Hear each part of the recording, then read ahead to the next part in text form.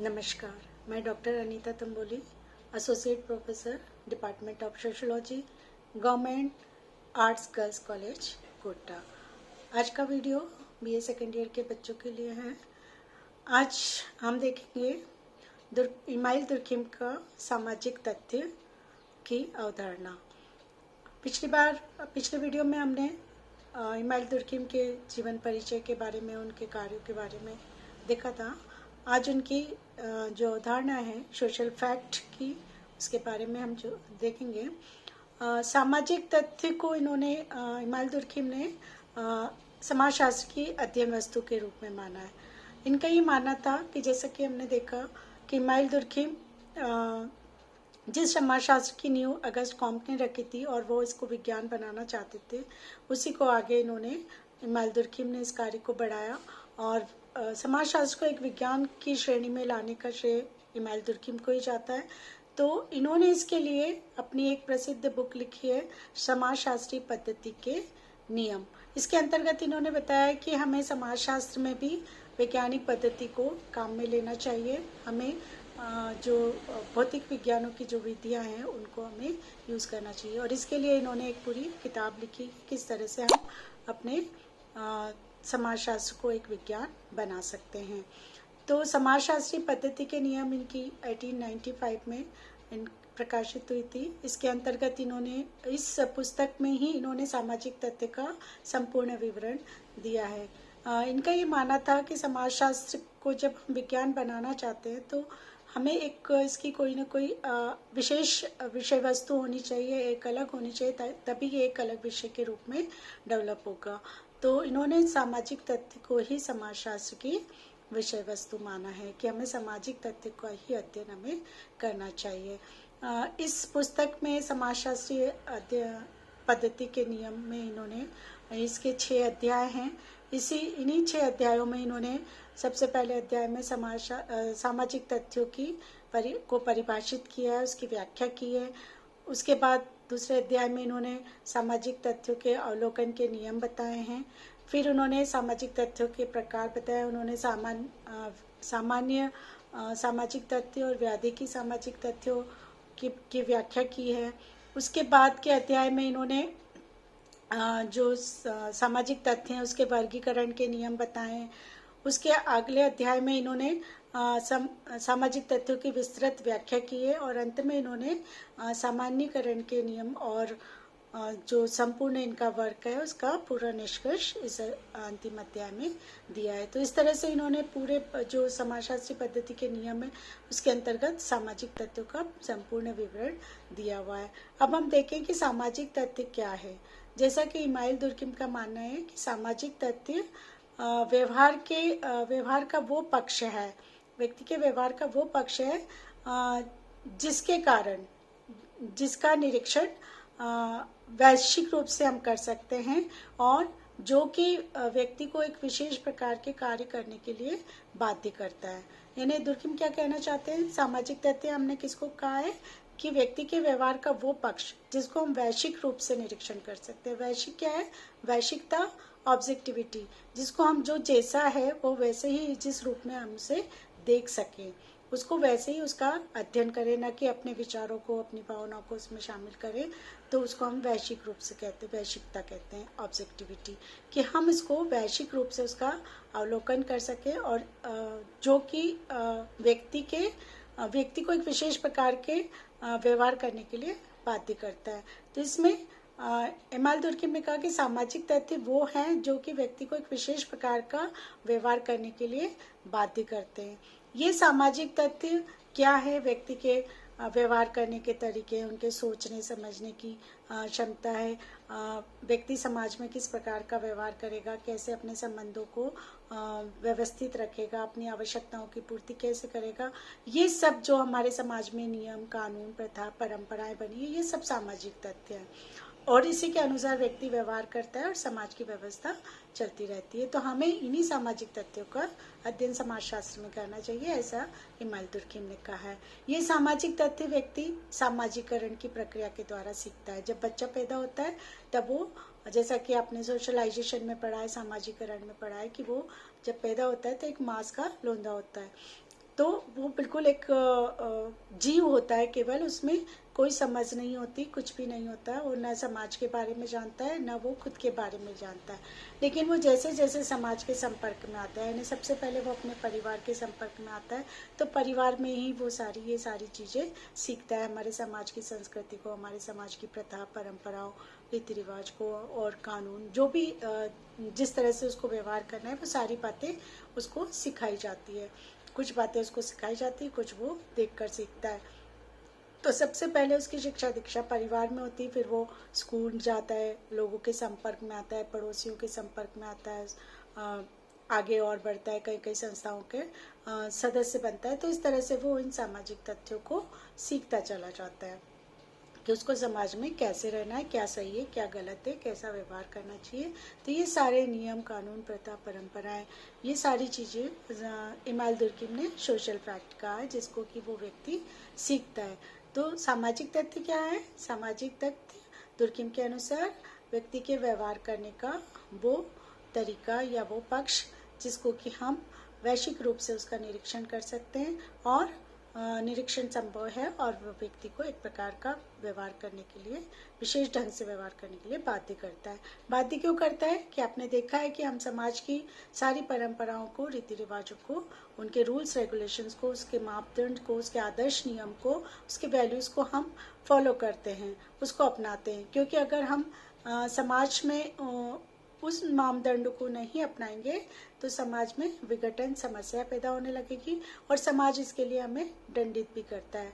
वो हमें कानून के द्वारा दंडित भी करता है, और समाज के लोग हमें आलोचना के द्वारा भी दंडित करते हैं कि हमारा कार्य, हमने किस प्रकार का विपरीत काम किया इन नॉर्म्स के विरुद्ध, उसके अकॉर्डिंग या तो हमारी आलोचना होती है, तो व्यक्ति उस कार्य करने से डरता है आलोचना के डर से, या फिर उसको कानून के द्वारा दंड दिया जाता है, या समाज में पर्टिकुलर अपने अपने जो समुदाय है उसमें भी उन्होंने अपने नियम कानून बना रखे कि अगर ये नियमों का उल्लंघन होता है तो उनको इस प्रकार का दंड दिया जाता है। तो व्यक्ति इन आलोचना, दंड के डर से वो बाध्य होता है उस विशेष प्रकार के जो नियम है, उसके व्यवहार के तरीके हैं, उसको अपनाने के लिए।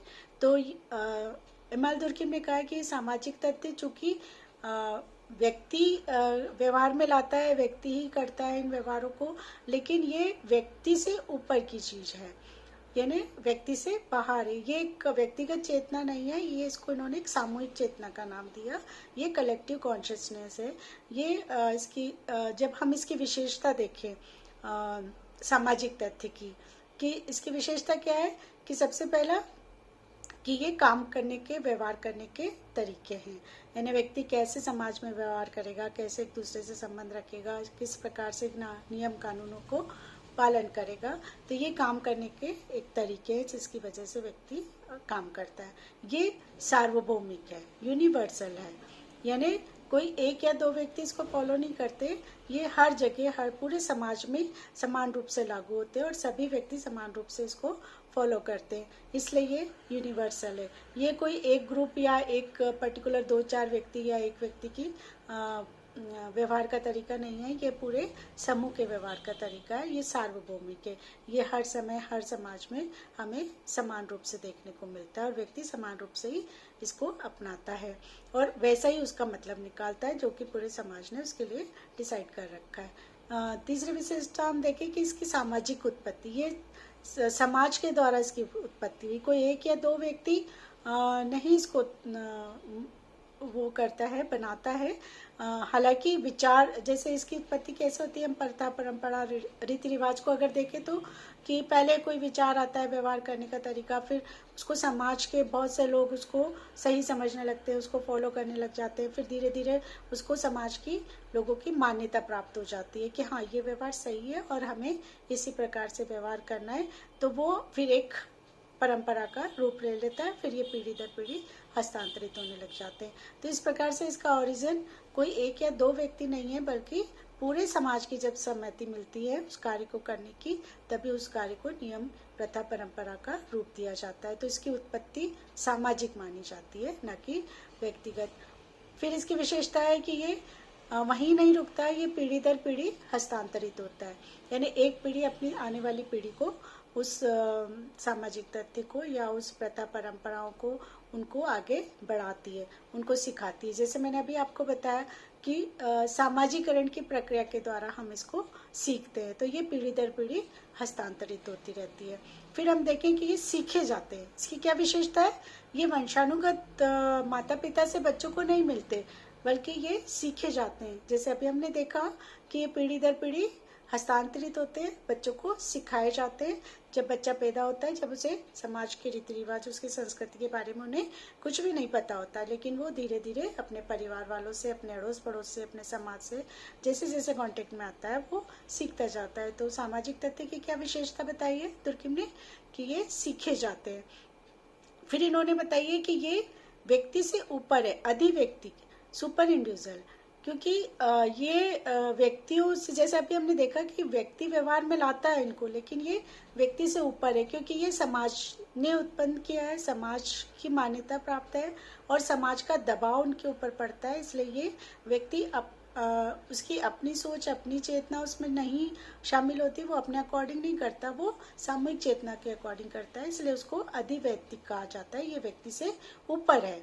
फिर हम देखें कि इसकी जो प्रमुख विशेषता है बाध्यता, यानी व्यक्ति को वैसा व्यवहार अगर समाज में रहना है तो समाज के उन नियम कानून मापदंडों को, आदर्श नियमों को, वैल्यूज को, मूल्यों को अपनाना ही होगा, उसके अनुसार काम करना ही होगा। ये उसके ऊपर बाध्यता होती है। तो इसकी एक प्रमुख विशेषता होती है कि ये व्यक्ति को एक विशेष प्रकार के कार्य करने के लिए बाध्य करता है। फिर हम देखें बाह्यता।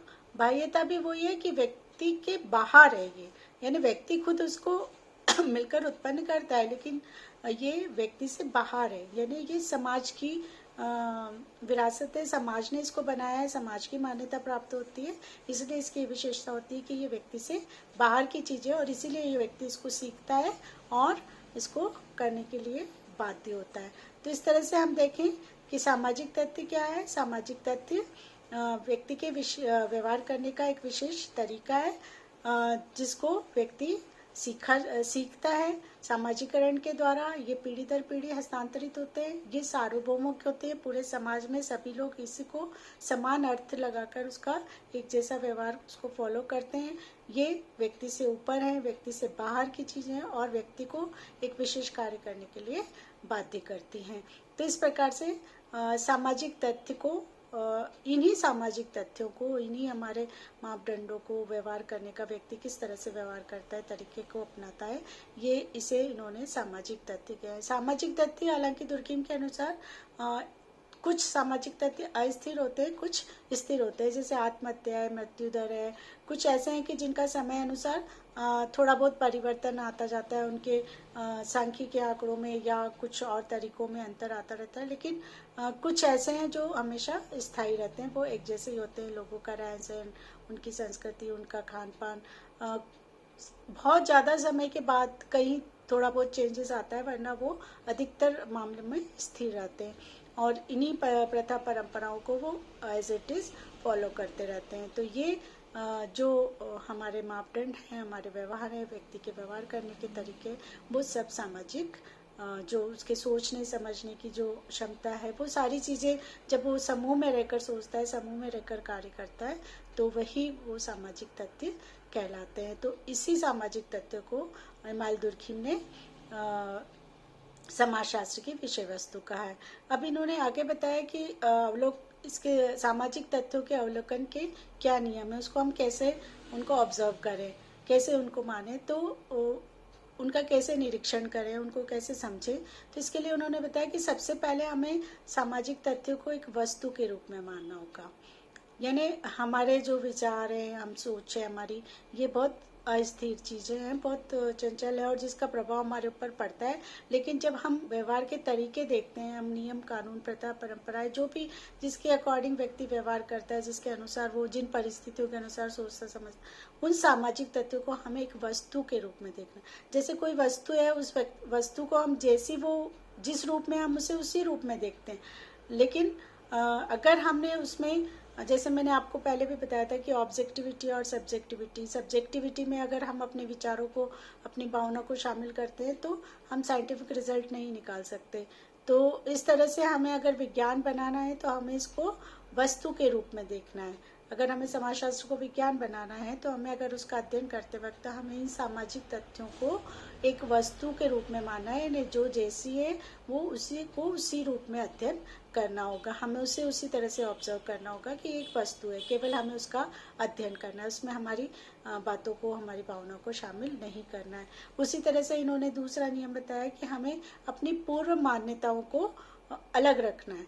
यानी जब भी हम कोई किसी पर्टिकुलर तथ्य का अध्ययन कर रहे हैं तो उसमें कई बार क्या होता है कि हम जैसे मानव हैं, हम बहुत सारी चीज़ों को एक सोच बना लेते हैं किसी पर्टिकुलर व्यक्ति के बारे में, या पर्टिकुलर चीज वस्तु के बारे में, या किसी नियम के बारे में, या हम देखें किसी धर्म या जाति के लोगों के बारे में, या बहुत सारी ऐसी चीज़ें कि हमारी पहले से पूर्व मान्यता होती कि ये लोग ऐसे होते हैं, या ये जाति या ये धर्म या ये वस्तु या कुछ भी, उसके लिए हमारी पहले से एक मान्यता बन जाती है कि ये चीज़ ऐसी है, अच्छी या बुरी दोनों तरह की हो सकती है। लेकिन जब हम उस पर्टिकुलर वस्तु का या तथ्य का हम अध्ययन करने जाते हैं, सोशल फैक्ट जिसको उन्होंने कहा है दुर्किम ने, तो हम उस सोशल फैक्ट का जब हम अध्ययन करना चाहते हैं तो दुर्किम का ये मानना है कि हमें पुरानी मान्यताओं के आधार पर अध्ययन नहीं करना है। जो प्रेजेंट में जो चीज़ हमें दिखाई दे रही है हमें उसका ही अध्ययन करना है। जैसे हम पर्टिकुलर किसी रिलीजन या किसी कास्ट या कोई ऐसी संस्था या किसी के बारे में हम कोई संस्था का अध्ययन कर रहे हैं तो हम उसके पहले से हमें ये हमारे दिमाग में होता है कि ये अच्छी नहीं है या ये बहुत अच्छी है। और जब हम अध्ययन करने जाते हैं तो हो सकता है कि जब हमारे दिमाग में कि अच्छी नहीं है लेकिन वो बहुत अच्छी है, या हम सोचते हैं कि वो बहुत अच्छी चीज़ है या बहुत अच्छी है, तो और जब हम अध्ययन करते हैं तो वो उतनी सारी अच्छाइयाँ उसमें नहीं होती है। तो हमें पूरे मान्यताओं को अलग रख के उनका अवलोकन करना चाहिए, तभी हम अपने विषय को साइंटिफिक बना सकते हैं। उसके अलावा उन्होंने बताया कि हमें विषय वस्तु को परिभाषित करना चाहिए कि हम जो भी हमारा सब्जेक्ट मैटर है, हम जिसका अध्ययन कर रहे हैं उसको पर्टिकुलर उसका मीनिंग, उसका अर्थ हम किस रेफरेंस में ले रहे हैं, क्यों ले रहे हैं, तो उस विषय वस्तु को परिभाषित करना ज़रूरी होता है। उन सामाजिक तत्वों को परिभाषित करना ज़रूरी होता है। फिर हम देखें कि इन्होंने बताया कि व्यक्तिगत तथ्य और सामाजिक तथ्यों को अलग रखना चाहिए, कि हम जब भी अध्ययन करें, इन सामाजिक तथ्यों का अध्ययन करें तो उनमें हम व्यक्तिगत तथ्यों को उसमें शामिल ना करें, सामाजिक तथ्यों का ही हमें अध्ययन करना चाहिए। तो इस तरह से इमाइल दुर्खिम का जो सोशल फैक्ट है, सामाजिक तथ्य है, वो क्या है, हम निष्कर्ष रूप में शॉर्ट में देखें कि सामाजिक तथ्य को इन्होंने समाजशास्त्र की अध्ययन वस्तु माना है, कि हमें केवल समाजशास्त्र के अंदर सामाजिक तथ्यों का ही अध्ययन करना चाहिए। और इसकी विस्तृत व्याख्या इन्होंने अपने जो प्रमुख किताब है समाजशास्त्री पद्धति के नियम, जो कि 6 अध्यायों में लिखी गई है, 6 ही अध्याय में इन्होंने सामाजिक तथ्यों के बारे में बताया है, उसको परिभाषित किया है, उसके प्रकार बताए हैं, उसके अवलोकन की नियम बताए हैं, उसका पूरा विवरण उसके अंदर इन्होंने बताया है। और इन्होंने सामाजिक तथ्य किसको कहा है कि सामाजिक तथ्य व्यवहार करने के, व्यक्ति के व्यवहार के वो पक्ष हैं, व्यवहार के तरीके का वो पक्ष है जिसको हम वैश्विक रूप से हम इसका निरीक्षण कर सकते हैं, उसको देख सकते हैं। और ये जो तथ्य हैं वो व्यक्ति को एक विशेष प्रकार से कार्य करने के लिए बाध्य करता है। तो इसलिए ये सामाजिक तथ्य, इसकी मुख्य विशेषता बाह्यता और बाध्यता है। ये व्यक्ति से बाहर है क्योंकि ये सामूहिक चेतना का परिणाम है, समूह के द्वारा मान्यता प्राप्त है, और इसीलिए इसके व्यवहार को करने के लिए व्यक्ति बाध्य होता है। इसलिए सामाजिक तथ्य की विशेषता है कि ये इसमें बाध्यता होती है। Thank you.